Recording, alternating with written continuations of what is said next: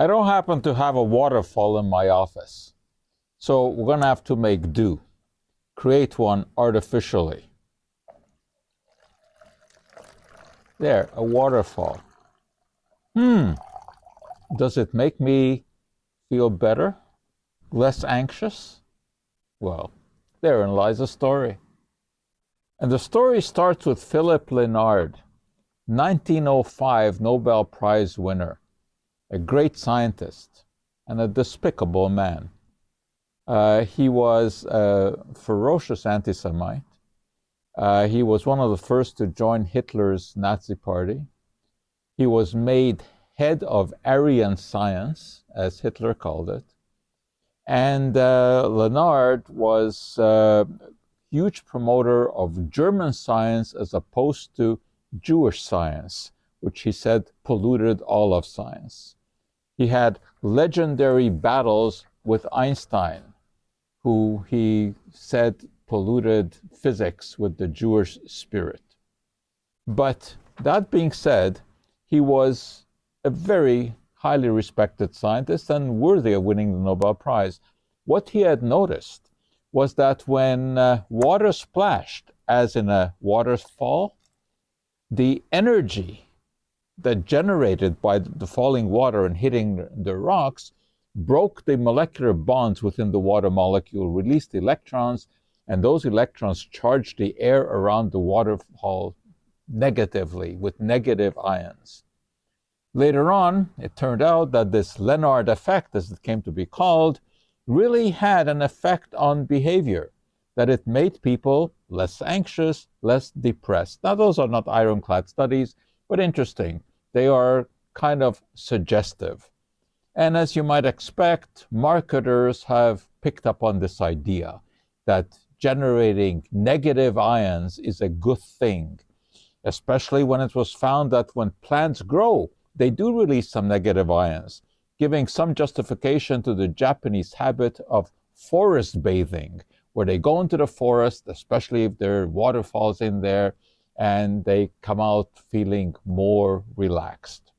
But there's also quackery in this business, and the makers of the Himalayan salt lamps have jumped on that bandwagon, suggesting that the salt lamps release negative ions. First of all, these salt lamps don't come from the Himalayas. They come from salt mines in Pakistan. But I guess Himalayan salt sounds kind of more endearing.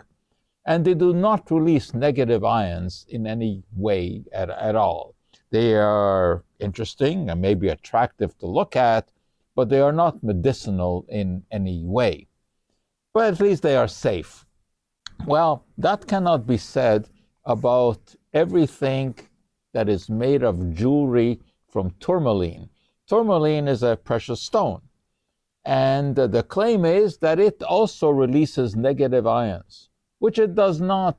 Tourmaline is not radioactive. Radioactive stones can generate negative ions. Nevertheless, the quacks have jumped on that. And now we have all kinds of jewelry, if you want to call it that, supposedly with tourmaline. And the idea is that this will generate negative ions, and if you wear this, it will keep you healthy.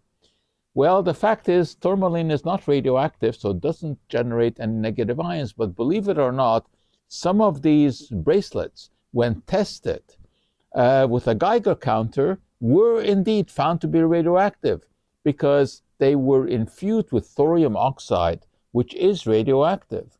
And even though the radioactivity is slight, and of course there's no evidence it does any good, it is enough to cause somewhat of a concern.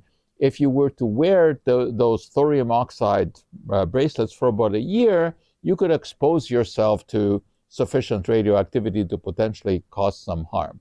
I don't know if the one that I bought generates any negative ions because of radioactivity.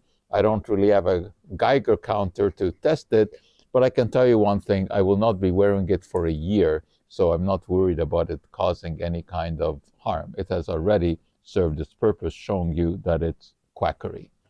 Now, about the waterfall story that I started, if there is any place where you're going to get a huge dose of negative ions, it is at Niagara Falls. So I went there on an expedition last summer to see whether or not the negative ions generated there would have an effect.